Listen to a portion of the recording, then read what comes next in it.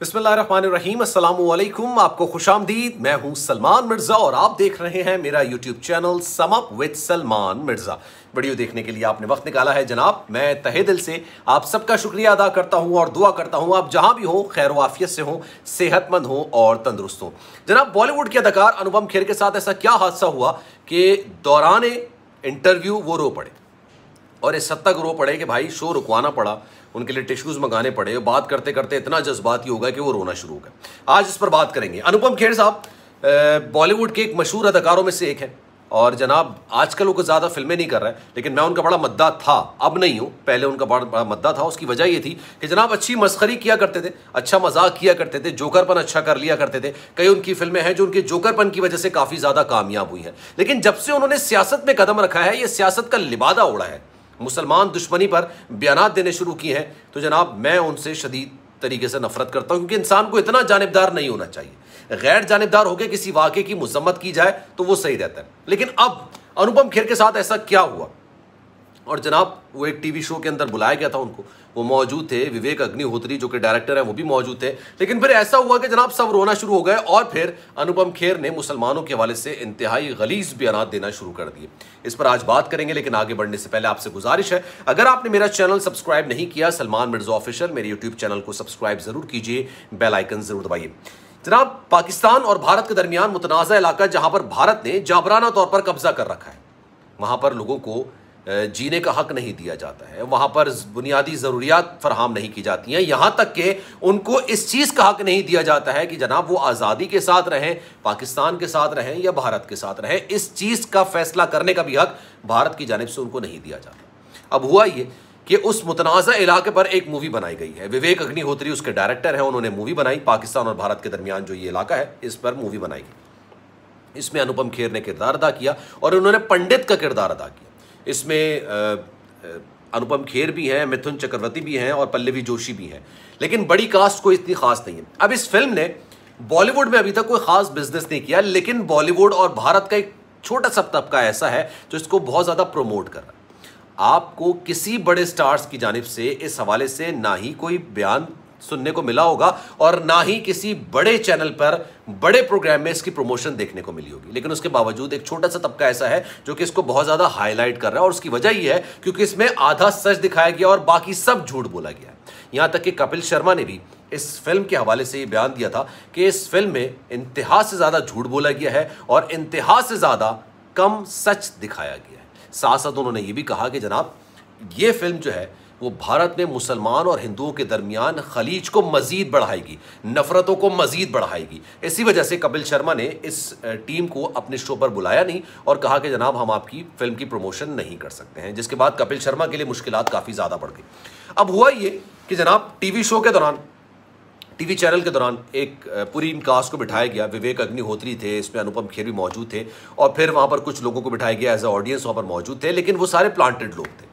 सबको बिठाया गया, बात की गई और सबने रोना शुरू कर दिया और फिर मुसलमानों के खिलाफ बयानात देने शुरू कर दिए। इस फिल्म की कहानी बेसिकली 1990 जनवरी की तारीख 19 जैन 1990 में बनाई गई है और उसमें यह दिखाया गया है फर्जी तौर पर कि जनाब उस इलाके से उनके पंडितों को बेदखल किया गया, उनके इलाकों से निकाल दिया गया, उनके घर तबाह कर दिए गए, उनको मारा पीटा किया गया।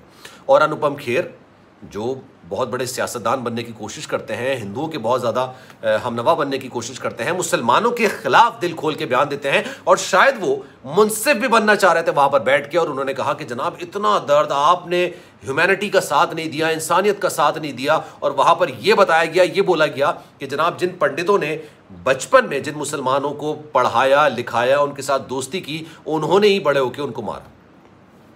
अच्छा, अगर इस तरह का मुझे नहीं पता वाकया हुआ या नहीं हुआ। वैसे भारत की फिल्मों में मुसलमान दुश्मनी और पाकिस्तान दुश्मनी में जितना कुछ दिखाया जाता है वो झूठ पर मबनी होता है और ये आज की हकीकत है कि इस पर बनने वाली जितनी भी फिल्में होती है ना, वो बिजनेस कुछ नहीं करती। इसलिए बड़े बड़े स्टार्स अब पाकिस्तान दुश्मनी या इस्लाम दुश्मनी पर कोई फिल्मों में कास्टिंग करते ही नहीं है, मतलब जाते ही नहीं।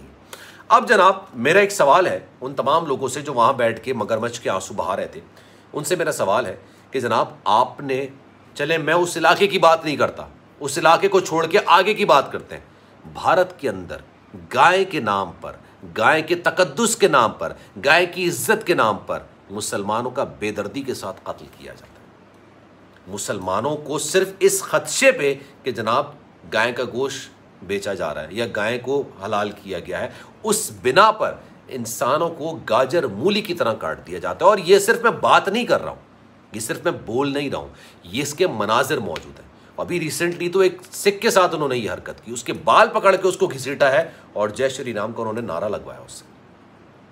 अनुपम खेर ने कभी कोशिश की इस पर बात करने के लिए, या विवेक अग्निहोत्री ने कोशिश की कि मुसलमानों का भी एक परसेप्शन दिखाया जाए अपनी मूवी में कि मुसलमान भारत में किस हाल में रह रहे हैं, किस तरह से रह रहे हैं। यार आप छोड़िए, इनके तंग नजरिए का अंदाजा इस बात से लगाइए, जब पाकिस्तान ने भारत को T20 वर्ल्ड कप में 10 विकेटों से शिकस्त दी थी, उसमें मोहम्मद शमी भी भारत की तरफ से खेल रहे थे, बॉलर थे। उस मैच में किसी भारतीय बॉलर ने विकेट हासिल नहीं की थी। पाकिस्तान ने 10 विकेटों से मैच जीता था, लेकिन मोहम्मद शामी को गद्दार करार दे दिया गया। मोहम्मद शामी के घर के बाहर मुजाहरा हुआ, उनको मारने तक की धमकियां दी गई। फिर विराट कोहली की बेटी जो कि 6-8 माह की होगी, उसके साथ जिनसी ज्यादती की धमकी दी गई।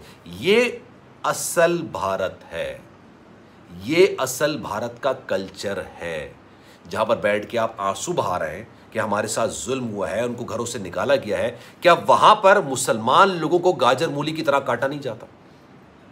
क्या वहां पर उनको इस तरह से पोर्ट्रेट कर रखे कि भाई वो गलत कर रहे हैं, दुश्मनी कर रहे हैं, उनको मारा नहीं जाता? आपके खुद बॉलीवुड ने मूवी बनाई है जिसका नाम है हैदर, जिसमें किरदार अदा किया है शाहिद कपूर ने, उसमें किरदार अदा किया है, तब्बू ने उसमें किरदार अदा किया, और उसमें दिखाया गया है कि उस इलाके की असलियत है क्या, हकीकत है क्या, और किस तरह से उन्होंने भारत के मुंह पर तमाचा मारा है उस फिल्म के अंदर कि जनाब वहां पर किस तरह से रियासती जबर किया जा रहा है, किस तरह से लोगों को दबाया जा रहा है, उनके हक उनको नहीं दिए जा रहे। ये वहां की असल हकीकत है। क्या कभी अनुपम खेर ने उस पर बात करने की कोशिश की? क्या कभी अनुपम खेर ने उस इलाके को तो छोड़ देना, वो भारत का इलाका है भी नहीं, आपके अपने भारत के इलाके में इस तरह में बहुत सारे वाकयात ऐसे पेश आते हैं जहां पर मुसलमानों के साथ जुल्म और बर्बरियत की जाती है। क्या कभी अनुपम खेर ने उस पर आंसू बहाए? क्या कभी अनुपम खेर ने उस पर बात करने की कोशिश की? क्या कभी उस पर अनुपम खेर ने मुंसिफ बन के 2 आंसू बहाने की कोशिश की है कि यार इनके साथ जुल्म हुआ है और जुल्म होता आ रहा है? नहीं सर, ये अदाकारी करते हैं, मस्खरापन करते हैं, जोकरपन करते हैं, और जोकरपन की वजह से ये लोगों को हंसाने की कोशिश करते हैं। और जोकर जब रोता है ना, तब भी लोगों को हंसाता ही है, और अनुपम खेर ने जोकर होने का सबूत दिया है।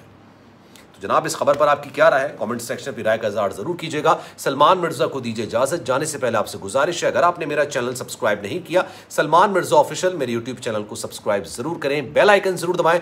ख्याल रखिएगा अपना। इंशाअल्लाह अगली वीडियो में आपसे फिर मुलाकात होगी। अल्लाह हाफिज।